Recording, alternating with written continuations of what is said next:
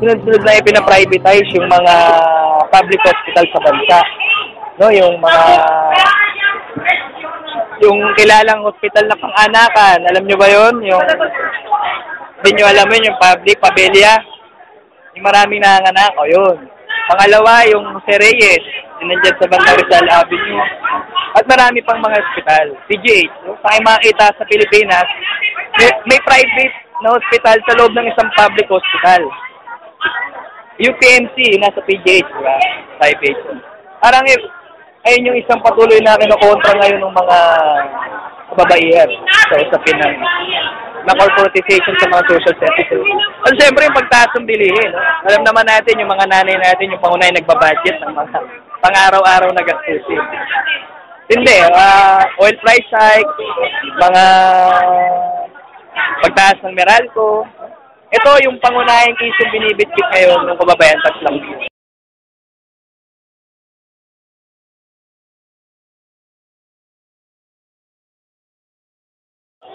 Sa K-12, yung pros niya, sa sinasabi kasing curriculum, magkakaroon daw ng enhancement dun sa mga areas na kulang or merong deficiency yung mga mag-aaral ngayon, sa ngayon, tulad ng math at English.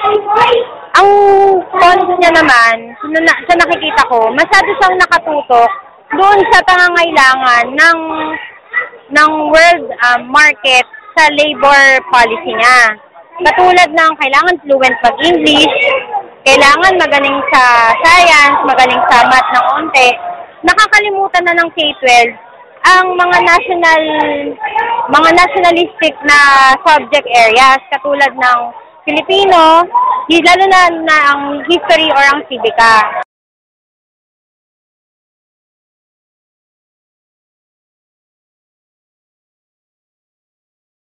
Sa kasalukuyan, wala pang totoo agrarian reform. Kaya kung tatanungin niyo yung mga magsasaka, lalo na sa Hacienda Ligasita, hindi nila tuluyan natatanggap ang lupa at wala pang ganap na agrarian reform. I think the carper is doomed to fail. Kasi hindi niya hinaharap yung tunay na problema na agrarian problem in the country. So, hanggang ngayon, yung mga magsasaka, wala pa rin lupa. 7 sa bawat 10 magsasaka ang wala pa rin lupa, despite the carper. So, ang panawagan namin, genuine agrarian.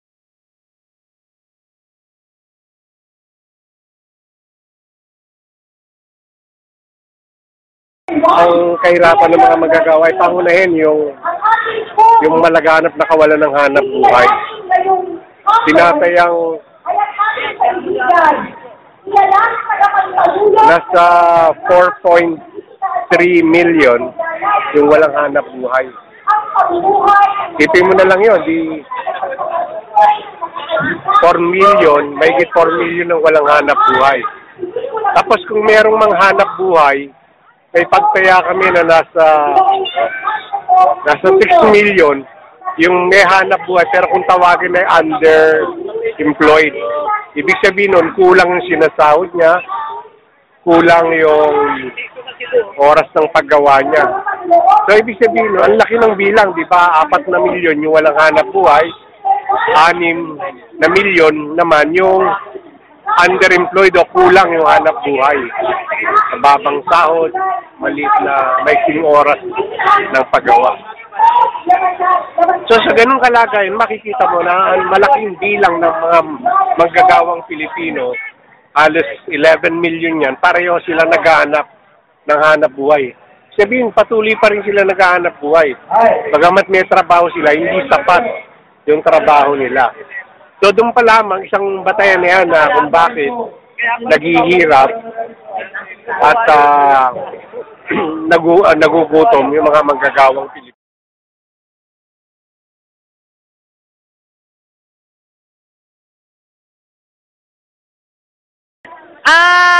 Nakakalungkot kahit na last year, ginanina natin yung ika-40 taon mula nung ideklara yung batas militar, pero hanggang sa ngayon, para sa mga biktima, mga kaanak, at mga kaibigan ng mga biktima ng paglabag sa karapatang pantao, nagpapatuloy pa rin yung mga pagpaslang, pagdukot, at sapit ng pagkawala.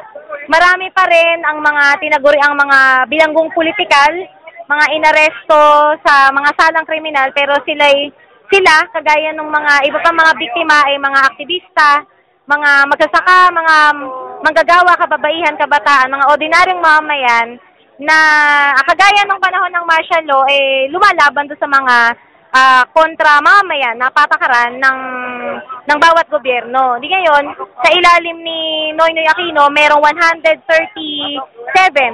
na mga victims ng extrajudicial killing, 14 na desaparecidos, yung mga biktima ng sapilitang pagkawala, at merong 423 na mga bilanggong politikal. Ayan.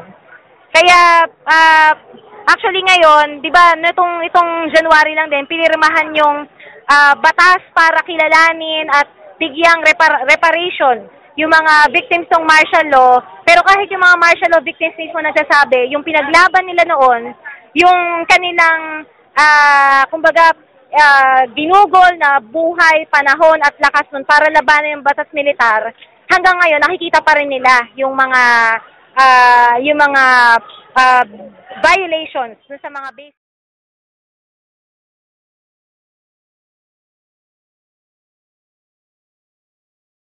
Dahil naniniwala ang Gabriela na hindi yung ng populasyon, ang populasyon ng dahilan ng kahirapan. Hindi po totoo yun. Usapan ninyo ng Gabriela. Dahil ang populasyon, kung totoo siya, pwede natin yung signang positibo dahil pwede talaga siyang makatulong para sa pagunlad ng ating bayan. No? Kung merong trabaho na inaalok yung mamamayan, yung libo-libong populasyon na yan, o milyong-milyong populasyon na yun, ay makakatulong yan para umunlad.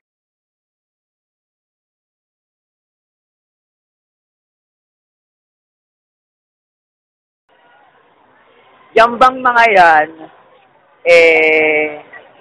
napapakinabangan ba talaga ng mga mamamayan? Ito ba ay na-enjoy ng mga mamamayan? Tandaan natin na itong mga likas yaman natin, kasama yung lupa, yung tubig, yung hangin, yung kagubatan, lahat yan ay sakop na tinatawag natin na pambansang patrimonya or national patrimony na supposedly ay ine-enjoy ng mga mamamayan. Kumbaga, dapat nga libre lang maligo sa dagat Dapat nga libreng maligo sa dagat, pumunta sa mga ilog, supposedly. Papakinabangan natin. Pero, nakakatawa, imbis na itong mga natural resources natin, itong surroundings natin, kung meron tayo mapakinabangan na lahat ng mamamayan, supposedly. Nakikita natin, una, hindi totoo na mapakinabangan. Bakit? Bawa. Sobra yung tinatawag natin commercialization, plunder, environmental plunder.